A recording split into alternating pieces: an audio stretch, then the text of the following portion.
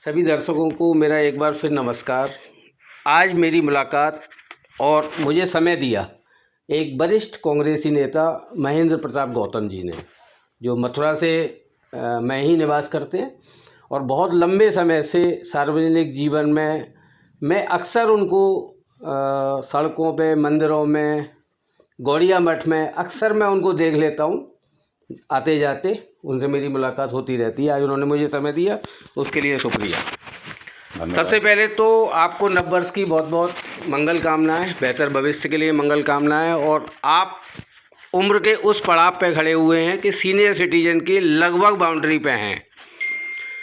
तो सबसे पहले मैं अपनी टीम की तरफ से आपको बहुत लंबी उम्र के लिए बधाई देना चाहूँगा। और हम लंबे समय से कई विषयों पे काम कर रहे हैं। वर्तमान में हम काम कर रहे हैं मुस्कुराता भारत पे, जो 2025 के लिए हमने एक थीम लॉन्च की है। तो सबसे पहले मैं आपसे पूछूंगा कि मुस्कुराता भारत के लिए आप क्या कहना चाहेंगे। नमस्कार अजय जी, और आपके सभी दर्शकों को मेरा नमस्कार। नववर्ष की आपको और आपके पूरे परिवार को मेरी तरफ से शुभकामनाएं। मुस्कुराता भारत जो आपका इस साल का थीम है, इस ज़माने में मुस्कुराना एक बहुत बड़ी समस्या बन गई है। आपने बहुत अच्छा सब्जेक्ट चूज़ किया है कि लोग मुस्कुराएं। मुस्कुराने के लिए आदमी के अंदर जोश, उत्साह, उमंग होना ज़रूरी है। और भारत एक मुस्कुराता देश रहा है आदिकाल से। उसका कारण क्या है कि हमारे देश में दिन कम, उत्सव ज़्यादा है। जहाँ भी उत्सव होगा, वहाँ जोश होगा, उत्सव होगा, मुस्कुराहट आएगी। उसी संदर्भ में महाकुंभ हो रहा है अभी आपका 2025 में, जो आपने जिक्र किया। तो कुंभ जो है, ये हमारी पुरातन परंपरा है एक सनातन धर्म की। अब तो मीडिया बहुत सशक्त है कि आप सब लोगों को मालूम है, सरकार है, सब है। एक समय था कुछ भी नहीं था। जब कुछ भी नहीं था तब भी कुंभ में हमारे पूरे देश के साधु संत इकट्ठे हो जाते थे। पश्चिम जगत ये देखता था कि कौन सा ऐसा मीडिया का माध्यम है कि भारत के साधु संत एक निश्चित तिथि पर इकट्ठे हो जाते हैं। जी, ये बहुत अच्छा क्वेश्चन आपने किया है। हाँ जी, तो वो कारण क्या था कि जो हमारा कुंभ होगा, इसी कुंभ में अगला कुंभ डिसाइड हो जाएगा और तारीख रख दी जाएगी।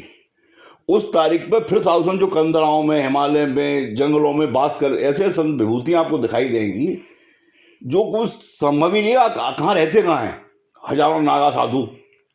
आपको सार्वजनिक जीवन में, दैनिक जीवन में आपको नागा दिखाई नहीं देगा। कुंभ में आपको हजारों लाखों दिखाई देगा। भाई साहब, आप मुझे ये बताइए, इलाहाबाद कुंभ जैसा एक बहुत बड़ा मेला, आध्यात्म का एक बहुत बड़ा मेला, अगर जाति और धर्म से भी अगर इसको अलग हटा दें तो लोग अपने सार्वजनिक जीवन में इसको कैसे जी सकते हैं? आपने बहुत अच्छा प्रश्न किया है ये। इसमें जाति धर्म का सवाल ही नहीं है। पहली चीज़ तो इसमें सारे लोग किसी जाति धर्म को एक समय स्नान करते हैं। एकता का सबसे बड़ा सूत्र कुंभ का मेला है हमारा, जो 12 साल और 6 साल में पड़ता है। 12 साल में महाकुंभ और 6 साल में छोटा अर्धकुंभ।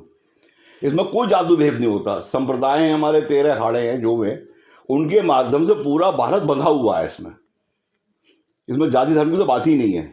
और ये बहुत अच्छा रहा आपने कहा जीवन में। तो इसमें क्या है, जीवन अच्छा जीवन नहीं, इसमें पहले क्या है, स्नान करिए आप सुबह उठते ही।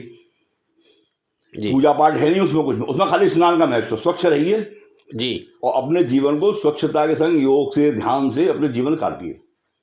आध्यात्म के इतने बड़े मेले हमारे बुजुर्गों को, जो आपके सीनियर सिटीजन हैं, 80 ईयर्स हैं, 70 ईयर्स हैं, या हमारे यंगर्स हैं जो 10 साल के हैं, 12 साल के हैं, 15 साल के हैं, उन पर क्या असर होता है? उनके जीवन में क्या इस तरह के त्योहारों से, इस तरह के जो मेले लगते हैं, उनसे उनके जीवन में क्या संदेश जाता है?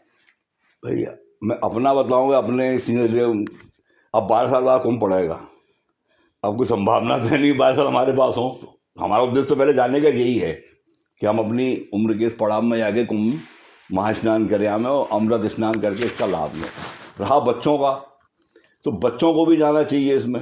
युवा को जाना ही चाहिए, बच्चे नहीं जाना चाहिए, युवाओं को जरूर जाना चाहिए। युवा बुजुर्गों का महाकुंभ तो है ही है जी। कितना उत्साह है आप में इस समय कुंभ के लिए? उत्साह है, जाने तैयार बैठे हैं। 11 तारीख को जा रहे हैं, परिवार सहित जा रहे हैं। आपके बराबर में राधा रानी बैठे हुए हैं और उसमें एक लिखा हुआ है, राधोती में जीवनतम। ये क्या मतलब होता है इसका? मतलब राधे में ही जीवन है हमारा। राधा का उल्टा करिए धारा जी, जो धारा बह रही है आनंद से, वही तो राधा है जी। चलता हुआ चक्र जो है वही राधा है। तो अब जब राधा में ही आनंद है तो फिर आनंद लोग क्यों नहीं लेते, क्यों लोग इतने तनाव में रहते हैं, आपको क्या लगता है?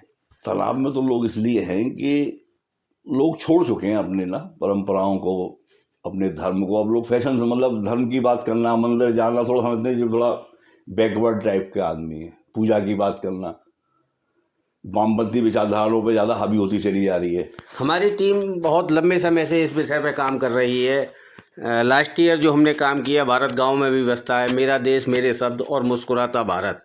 आप हमारी टीम से क्या कहना चाहेंगे? आपकी टीम को मैं शुभकामनाएं देता हूँ। आपने अच्छा कॉन्सेप्ट लिया है कि भारत गांव में बसता है। भारत बसता ही गांव में है। गांव से हमारे शहर बने हैं और शहर से महानगर बने हैं हमारे। राम सबके हैं, इसके बारे में आपके क्या व्यूज़ हैं? राम तो सबके है ही हैं जी राम तो सबके हैं, हर धर्म वाले के राम हैं। जी। हम तो राम वाले हैं ही हैं। जो राम वाले नहीं है वो भी कहते हैं कि साहब उनके पीर पैगंबर राम ही थे। वो इस बात खुद स्वीकार करते हैं। अंतिम क्वेश्चन पूछूंगा, किसी भी आदमी को अपने जीवन में मुस्कुराहट के लिए क्या सिद्धांत रखना चाहिए, मुस्कुराहट को क्या स्थान देना चाहिए? मुस्कुराहट का स्थान तो सर्वोपरि है ही है जीवन में। उसके लिए अपना सादा जीवन उच्च विचार रखे, अपनी इच्छाओं को समृद्ध मतलब थोड़ा कम रखे जी। और धैर्य के साथ में अपना जीवन काटे, बढ़िया कटेगा, मुस्कुराहट रहेगी। इलाहाबाद कुंभ की बहुत सारी शुभकामनाएं आपके लिए और बच्चों के लिए और बुजुर्गों के लिए। सभी लोग जाएं। एक अपील आपके द्वारा इलाहाबाद कुंभ के लिए। मेरी सबसे प्रार्थना है कि ज़्यादा से ज़्यादा लोग इस कुंभ का आनंद लें। तो इतना भव्य आयोजन मैं समझता हूँ हमारे जीवन में हमने देखा नहीं। धन्यवाद भाई साहब, धन्यवाद। नमस्कार।